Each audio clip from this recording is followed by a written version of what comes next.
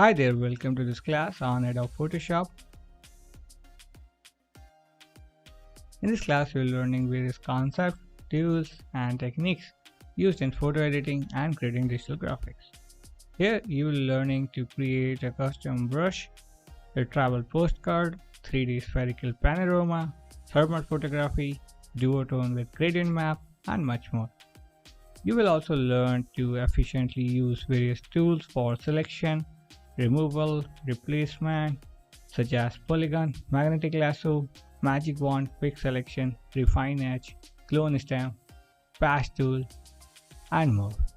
Moreover, you will also learn various adjustment layers used to control hue, saturation, exposure, contrast, channel mixer, blending modes, neon light effect, and other things.